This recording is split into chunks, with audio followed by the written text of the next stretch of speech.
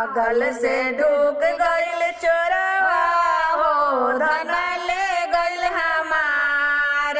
बगल से ढूक गइल चोरवा हो धन ले गइल हमार। सासू के ले गइल छानावटा हो गजरौटा हमार। सासू के ले गइल छानावटा हो गजरौटा हमार। सैया के ले गइल चिनौटी हो धन ले गइल हमार।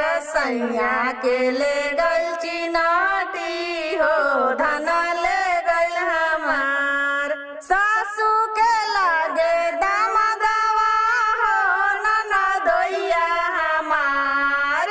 सासू के लागे दामदवा हो ननदोइया हमार। सैया के लागे बहनोइया हो ननदो के भतार। सैया के लागे